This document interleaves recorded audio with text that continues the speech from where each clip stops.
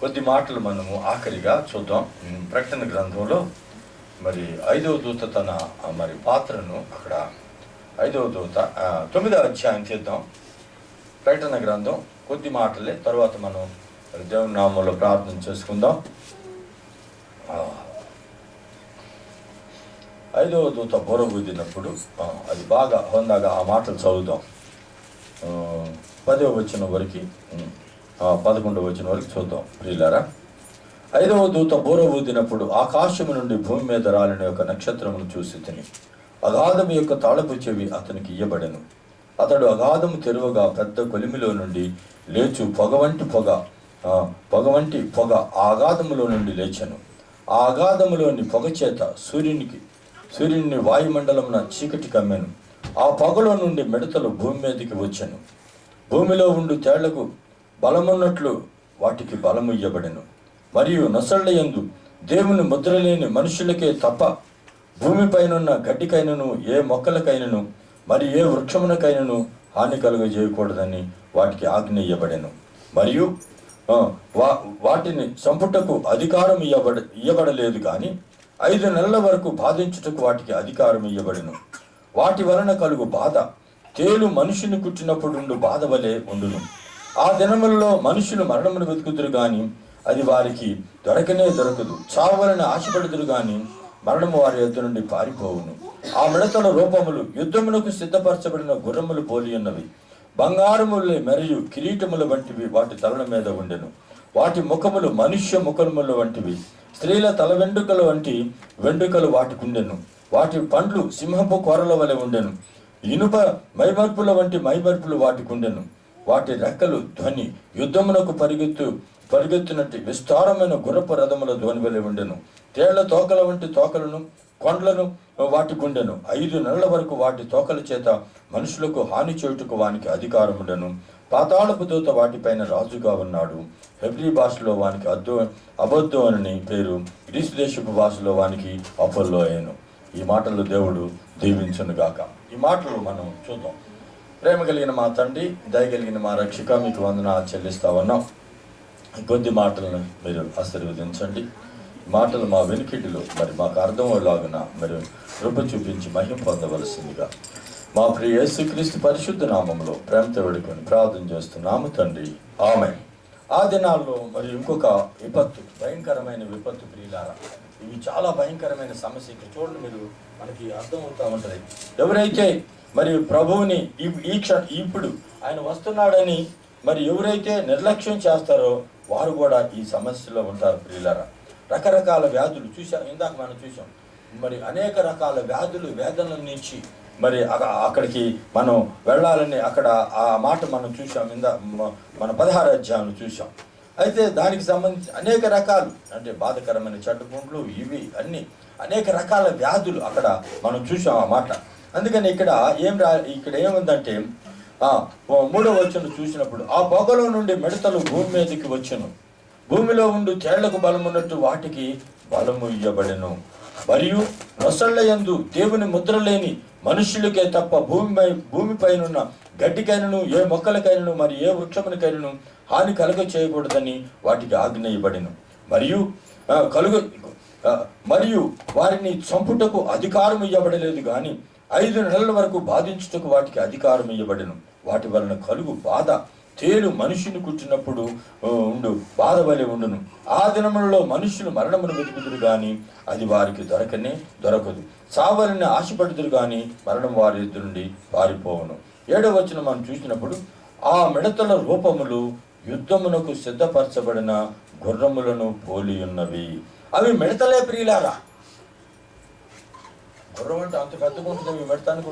మిడతలు ఆకారం మిడతలే కానీ వాటి అక్కడ దేవుడు మనకు చూపెడతాడు. ఆ మిడతల రూపములు యుద్ధమునకు సిద్ధపరచబడిన గుర్రములను పోలి ఉన్నది. దాని ముఖం చూసినప్పుడు యుద్ధానికి వెళ్ళే గుర్రం ఎట్లా ఉంటుంది? చాలా హోందాతనంగా ఉంటుంది. ఆ విధంగా ఉంటుంది అంట ఆ మిడత. మనం ఇప్పుడు చూడలేము, మనకు తెలియదు అది. ఎందుకంటే అవి మనం వెత్తబడిన తర్వాత వచ్చే సమస్యలు ఇవి. మరి మనం దీనికోసం ఎదురు చూస్తున్నాం. Behold I come quickly. యేసుక్రీస్తు ప్రభువారు రానయ్య ఉన్నారు. ఇదిగో నేను త్వరగా వచ్చుస్తున్నాను. కాబట్టి ఆ శ్రమల నుంచి, ఆ మిడతల బాధ నుంచి మీరు తప్పించుకోవాలి. ఆ రోజున మీరు ఉండలేరు, లేకపోతే ముద్ర వేసుకోవాల్సిందే. లేకపోతే చాలా భయంకరమైన స్థితి. అవి ఎట్లా ఉంటాయంట? అవి మిడతలు. అయితే యుద్ధంలోకి సిద్ధపరచబడిన గుర్రములు వాటి ముఖం అట్లా ఉంటుందంట ప్రియుల, గుర్రంలాగా. ఆ నెక్స్ట్ చూసినప్పుడు బంగారం వలె మరియు కిరీటం వంటివి వాటి తల మీద ఉండేను. బంగారం ఆకారం లాగా ఉంటుందంట ఆ గుర్రం. అంటే ఆ మిడత తల అట్లా ఉంటుందంట, ఆ కిరీటం లాగా. అంటే ఆకారమేమో మిడత, అసలు అది జంతువు మిడత. దాని ముఖం చూసినప్పుడు యుద్ధానికి సిద్ధపరచబడిన గుర్రం లాగా ఉంటుంది. మళ్ళీ దాని తలకాయ చూసినప్పుడు పైన కిరీటం. చూడండి, దాన్ని మీరు ఒకసారి పోల్చుకోండి. అసలు ఎట్లా ఉంది? అది చూస్తే మళ్ళీ మిడతే, లాస్ట్కి వస్తే అది మిడతండి. ఓరి బాబు, తర్వాత చూస్తే దాని విషయాలు చూస్తే గుర్రం, యుద్ధానికి సిద్ధపరచబడిన గుర్రంలాగా అహంకారం, దానికి అలాంటి పవర్ ఇచ్చాడు. రెండోది పోతే బంగారం వల్ల మీరు రాజులు పెట్టుకుని చూసి కిరీటం బంగారంలాగా దగ్గ మెరిచే ఆ కిరీటం ఉంటుంది ఆ మిడతకి ప్రియులారా. తరువాత వాటి ముఖములు మనుష్యుల ముఖములు వంటివి. ఆకారం చూస్తేనేమో మనుషుల్లాగా ఉంటుంది. అసలు మిడతాది, దాన్ని అసలు పేరేంటి? మిడతాది. మిడత మనం ఏం చేస్తాం? అరే మిడత చెప్తే సరే అంటాం. మామూలు ఆ మిడత అట్లాంటిది కాదు, అట్లాంటి ఆడుకునే మిడత కాదు ఇది. భయంకరమైన మిడత ప్రియులారా. ఎంతో జంతువులు, ఎంతో రోగాలు. అది పుట్టినప్పుడు 5 మాసాలంట. చూడండి, 5 మాసాలంట ప్రియులారా. మరి చూడండి ఎంత భయంకరంగా మిడతాది. దాన్ని చూస్తే ఆ యుద్ధానికి సిద్ధపరచబడిన గుర్రంలాగా ఉంది దాని ఆకారం. దాని మీద ఒక కిరీటం బంగారంతో ఒదిగినట్లు ఉంది. శివరాత్రికి ఇవన్నీ చూసిన తర్వాత ఒక మనిషి పోలికగా ఉంది. తర్వాత ఆ పక్కన చూసినప్పుడు స్త్రీల తల వెంట్రుకల వంటి వెంట్రుకలు వాటికుండెను. ఎలాంటి వెంట్రుకలు అంట? నీ వెంట్రుకలు పట్టుకో. స్త్రీల తల వెంట్రుకలు ఎందుకు పోల్చాడు? గురుగా ఉండే. అసలు మీరు ఒకసారి ఆకారం హృదయంలో చిత్రించుకో. దాని మీద అక్కడ మిడత, గౌరవ స్వరూపం దాని మీద ఒక బంగారు కిరీటం. తీరా చూస్తే మనిషిలాగా ఉంది. లోను చూస్తే వెనకమాల. ఇప్పుడు చాలామంది హైదరాబాద్ సికింద్రాబాద్ రైల్వే స్టేషన్లో మన రిజర్వేషన్ కౌంటర్లో ఒక అతను ఉంటాడు, జడేసుకొని ఉంటాడు, ముక్కు బ్యాసులు పెట్టుకుని ఉన్నాడు. ఆడపిల్ల ఏమైనా దగ్గరికి పోయి చూస్తే చూస్తే అతను మగతను ఊరి బాబు ఇదేంటి ఆడమగ తెలియకుండా పోయింది అంటున్నా. అట్టాకి ఇప్పుడు ఈ ఆకారాలు ఎట్టుండేంటి? ఇప్పుడు ఆడమగ కూడా ఏం తెలియదు. వస్త్రాలు అంటే వీళ్ళకి జుట్టు అందంగా ఉందని వాళ్ళు కూడా జుట్టు పెంచుకుంటారు. అట్లా తయారైపోయారు. ఈ మధ్యన ఏదో చెబుతున్నారుగా, మగవాళ్ళే పెళ్లి చేసుకోవచ్చు అంట. డిక్లేర్ అయిందంటే మొన్న చెప్పాడంటే ఎవరైనా యుఎస్ఏ ప్రెసిడెంటా ఒబామా చెప్పేశాడంట. అసలు ఎంత పరిస్థితి వచ్చిందంటే ప్రభు వస్తున్నాడని మనకి తెలిసిపోతుంది ప్రియులారా. అంతే, ఇలాంటివి చూస్తా మనం అప్రమత్తులమై ఉండాలి. కానీ తీరా చూస్తే అతని దగ్గరికి వెళ్తే అతను పురుషుడు. అట్లాంటిది ఇప్పుడు ఈ రాకారం చూడండి ఎట్లా ఉంది. అక్కడ చూస్తున్నప్పుడు అవి మిడతలు, మరి వాటి పోలిక చూసినప్పుడు అది మరి యుద్ధానికి సిద్ధపరచబడిన గుర్రాల్లాగా పోలిక ఉందంట. బంగారం వలి మరియు కిరీటములు వంటివి ఆ మిడత తల మీద వంటి వాటి ముఖం మనుషుల ముఖం వంటిది. స్త్రీల వెంట్రుకలు వంటి వెంట్రుకలు వాటికి ఉండను. వాటి పండ్లు సింహపు కోరల వలె ఉండదు. అసలు ఆకారాన్ని మీరు గమనించుకోండి. సింహపు కోరలా ఉందంటే దాని పండ్లు చూడండి ప్రియులారా. ఉండదు. ఇనుప మైమర్పుల వంటి మైమర్పులు వాటికి ఉండను.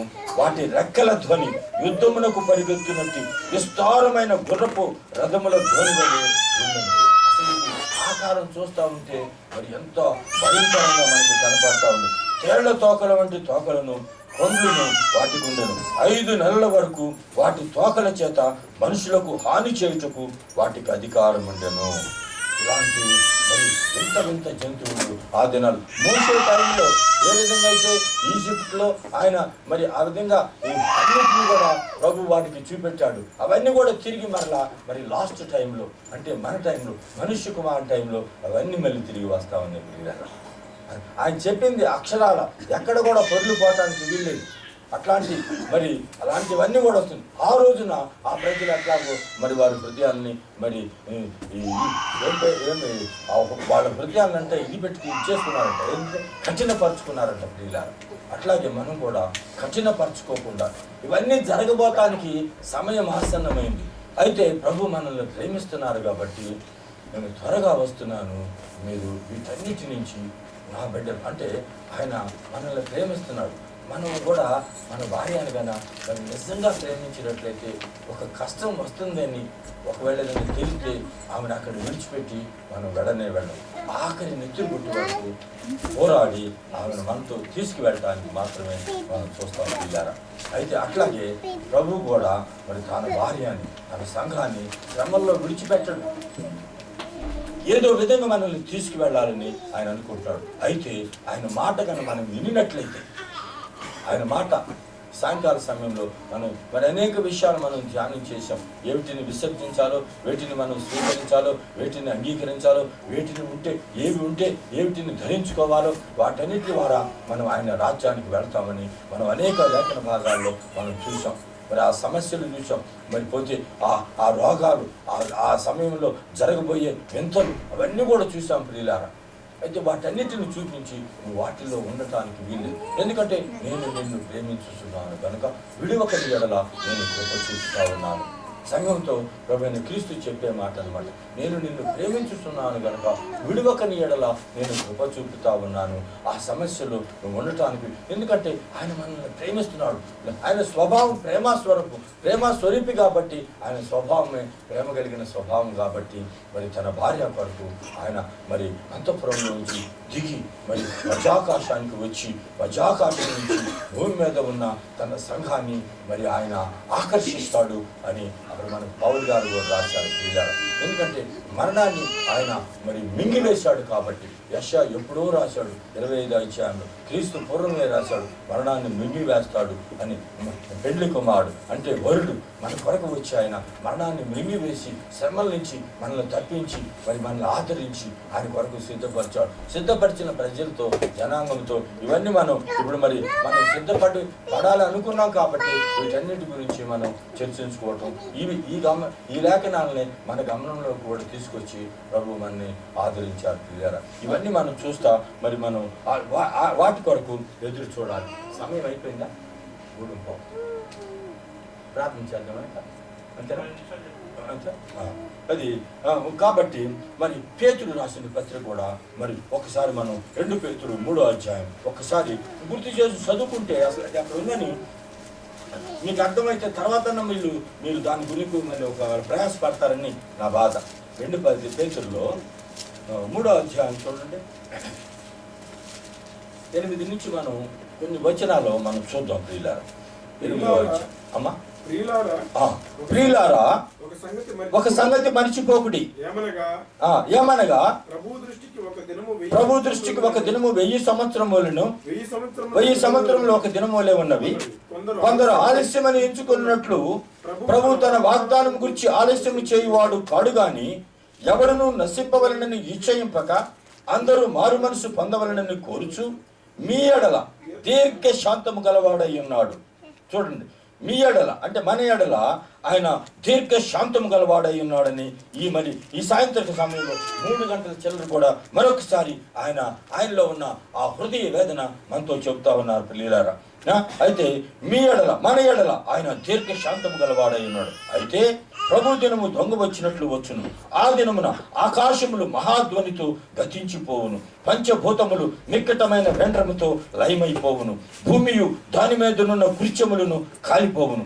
ఇవన్నీ ఇట్లు లయమైపోవును గనుక ఆకాశములు రగులుకొని లయమైపోవునట్టు, పంచభూతములు మహావెండ్రముతో కరిగిపోవునట్టు దేవుని దినపు రాకడ కొరకు కనిపెట్టుచు దానిని ఆశతో అపేక్షించుచు మీరు పరిశుద్ధమైన ప్రవర్తనతోను భక్తితోను ఎంతో జాగ్రత్త గలవారై ఉండవలనని అయినను మనం ఆయన వాగ్దానమును బట్టి క్రొత్త ఆకాశముల కొరకును క్రొత్త భూమి కొరకును కనిపెట్టుచున్నాము, వాటి యందు నీతి నివసించును. మనకు చదువుతానంటేనే చాలా హ్యాపీగా ఉంది. అయితే దీన్ని మనం ధ్యానం చేసుకున్నప్పుడు అక్కడ ఆయన మరి ఇక్కడ అంటున్నాడు ఈ మాట 9లో, కొందరు ఆలస్యమని ఎంచుకున్నట్టు ప్రభు తన వాగ్దానం గురించి ఆలస్యం చేయవాడు కాడు గాని ఎవడను నశింపవలనని ఇచ్చయింపక అందరూ మారు మనసు పొందవలనని కోరుచు మీ ఎడల దీర్ఘశాంతము గలవాడై ఉన్నాడు. కాబట్టి ఆయన మన ఎడల ఏ ఉద్దేశం కలిగి ఉన్నారో అది కూడా మనము గ్రహించుకొని ఆలోచించాలి ప్రియులారా. ఎంతో చిన్న పిల్లవాడికి చెప్పినట్టుగా ప్రభు మనతో చెబుతా ఉన్నారు. మనం పిల్లల్ని గద్దించి వాళ్ళు అటు ఇటు చేసి ఇప్పుడు దాకా మనం వాళ్ళని కంట్రోల్ చేస్తాం. ఎన్నో తెప్పలు పడ్డా అడో రేపు చేసి వాళ్ళు ఇది చేస్తుంటే వాళ్ళకి ఒక మనిషి ఉండాలి, లేకపోతే వాళ్ళు ఉండలేదు. మనమే చెబుతున్నాం. అట్లాగే మనకు కూడా ఉండాల్సిందే. వాళ్ళు చెబుతున్నాం కానీ మనకు ఉండొద్దా? అసలు అంటున్నాం. మనకు అంతకంటే ఎక్కువ కస్టడీ ఉండాలి. వాళ్ళకి అయితే ఒక్కళ్ళే సరిపోతారు పాపం. మనకు ఒక్కళ్ళు సాలరు. ఒక మాట చెప్పాలంటే దాంట్లో మన మీద పేద అభివృద్ధి పొందినట్టుగా వాళ్ళ మీద పడేస్తాం. వాళ్ళ మైండ్ నీకు ఒక విధంగా మంచిది పాపం. వాళ్ళు తిరిగి కొట్టరు, మనం కొడతాం. అది దేవుని అంటే బిడ్డలే బయట పిల్లలకి ఎందుకు కొడుతూ ఉంటే అక్కడ చూస్తూ ఉంటాం. కొట్టి తిరిగి కొట్టలేదు, ఏడుస్తాను. ఆ స్థితికి మనం రావాలంటున్నాడు. ఆయన దగ్గరికి వెళ్ళాలి. మనం గర్జిస్తాం. ఒక్క మనిషిని ఆర్గనైజేషన్ పెట్టి ఈ పిల్లలందరూ అసెస్ని పెట్టారు. కానీ మనకు ఒక్క మనిషి రాడు బాబు. రోజు రోజు రోజు రోజు అప్పటికప్పుడే 6కి అండి వచ్చేస్తామండి. ఇదేం చూడరాదు. నేనే ఉదయం 5:30 10:15 వచ్చాను. చూస్తున్నాం మనం అయితే చెబుతాం కానీ చేయమండి. అసలు చెబుతాం, చేయం అసలు. అట్లాగే మనం ఏదో అనుకుంటాం. ఆరాధనే టైం మనం ఎస్కేప్ చేస్తున్నాం. అసలు ఇవేంటి? ఆరాధనకే మనం 11ంటికి వస్తున్నాం, ఆరాంగా వచ్చేస్తాం. 10ంటికి రావాల్సిన ఎవరు చెప్పారు? ఎవరన్నా పెట్టారో పైనుంచి వచ్చి నువ్వే పెట్టుకున్నావు, నువ్వే ఎస్కేప్ అవుతున్నావు. ఏంది ఇది అసలు? అందుకే నువ్వు పెట్టుకొని నువ్వు జాగ్రత్తగా క్రమంగా పెట్టుకో.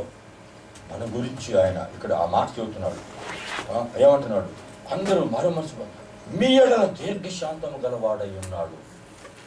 మనకి మన పొజిషన్స్ కరెక్ట్గా లేదన్నమాట. కరెక్ట్గా లేదు.